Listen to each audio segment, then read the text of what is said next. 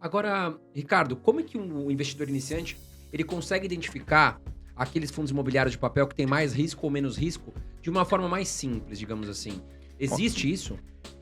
nenhum fundo imobiliário vai dizer eu sou um fundo arriscado, Uhum. né? Ou eu sou um fundo muito seguro. Realmente vai precisar de um pouquinho mais de interesse ali do investidor se aprofundar. Obviamente, ele pode acompanhar, né, analistas ou pessoas, influencers que comentem, né, que consigam ajudar na leitura de um relatório gerencial, principalmente. Porque se você pegar um relatório gerencial no fundo imobiliário, que é algo que eles emitem, todos os fundos imobiliários emitem esses relatórios gerenciais, alguns mensalmente, alguns a cada 3 meses, fica no próprio site do fundo imobiliário. Então, se você digitar, por exemplo, no Google, KNCR11, vai entrar no site da Kinea e lá você pode fazer o download desse PDF, que é o relatório gerencial, que muita gente chama também de carta mensal do gestor. Todas as informações do fundo, tudo que está dentro do fundo tem nesse PDF. Então, o investidor, ele vai ter toda a informação que ele precisa ali, tá? Só que aí ele vai ter que ler e entender um pouco o que está escrito. Agora, você me pergunta qual é o jeito mais fácil de identificar se um fundo imobiliário ele é seguro ou não, um fundo imobiliário de papel. Se você entrar nesse relatório gerencial e for na parte de composição dele, você vai começar a ver quais são os emissores desses CRIs. Então, um jeito fácil, já é o primeiro. Se você já conhecer o nome daquelas empresas, você vai saber se elas são seguras ou não. Por exemplo, Cirela, Elbor, JHSF. Então, você já sabe que ele é um fundo mais seguro por causa disso.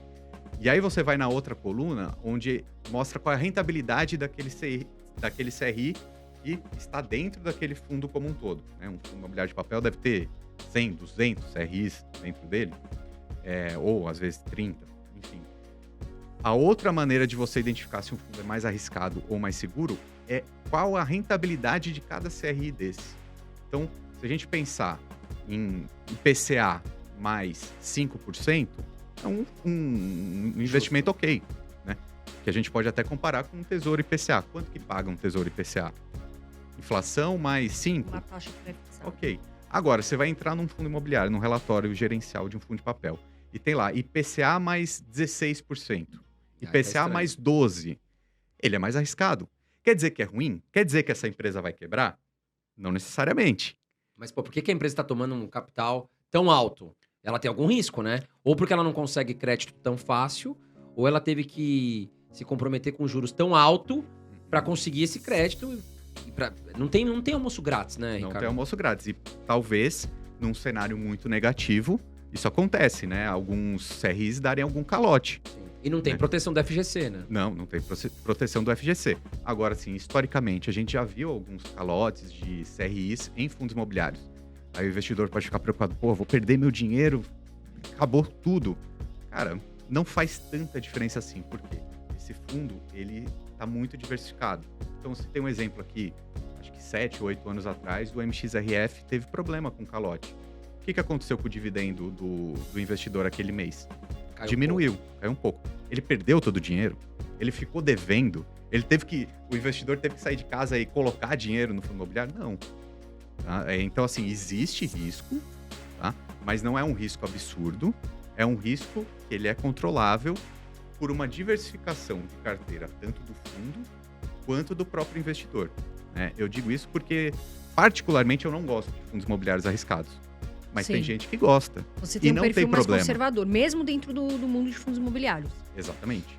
Porque, na minha visão, os fundos imobiliários, eles são seguros. Eles, dentro da minha fatia de carteira de patrimônio, os fundos imobiliários são um sinônimo de segurança. Então, eu preciso de imóveis resilientes, de boas gestoras. Sim. Eu não quero ganhar 18% ao mês com o meu fundo imobiliário. Eu quero ganhar, sei lá, um 0,8% por mês. Cara, já tá bom pra caramba, na minha visão. Pra mim, o risco vai pra Bolsa de Valores. Exato. Faz muito mais sentido. Exatamente. Eu também, eu invisto em fundos imobiliários pensando em ter aquele meu aluguel garantido, né? Eu penso da mesma forma que eu fosse comprar um imóvel para colocar um inquilino e alugar, eu penso com fundos imobiliários. Então eu não quero correr risco. Foi o que você falou também, penso em correr risco em ações, né? Acho que a Carol também compartilha do Sim, pensamento. eu costumo falar muito dos ativos, não só fundos imobiliários, como se fossem pessoas, por exemplo. E por isso que eu falo da importância de você não ir só pelo nome. porque você escuta o nome de várias pessoas. Ah, o Ricardo, a Carol. Mas você não conhece aquelas pessoas, você ouviu falar o nome delas. O fundo imobiliário é a mesma coisa, ou qualquer ativo. Você ouve falar daquela ação, ouve falar o nome daquele fundo imobiliário, mas você não conhece a fundo muitas vezes. E aí a gente vê em live, por exemplo, você entra lá, a pessoa tá falando, mas o que você acha de tal fundo? O que você acha de tal fundo? E aí no outro dia, a pessoa fala assim, comprei aquele fundo imobiliário porque eu escutei na live, eu escutei você comentando sobre o que você pensa. Cuidado, tá? Conheça o fundo, veja lá o RI, as gestoras boas, quem tá administrando, tudo isso para que depois você não, de repente, não culpe, né, os outros, seja autorresponsável pelos seus investimentos. E um outro problema também é a pulverização, né?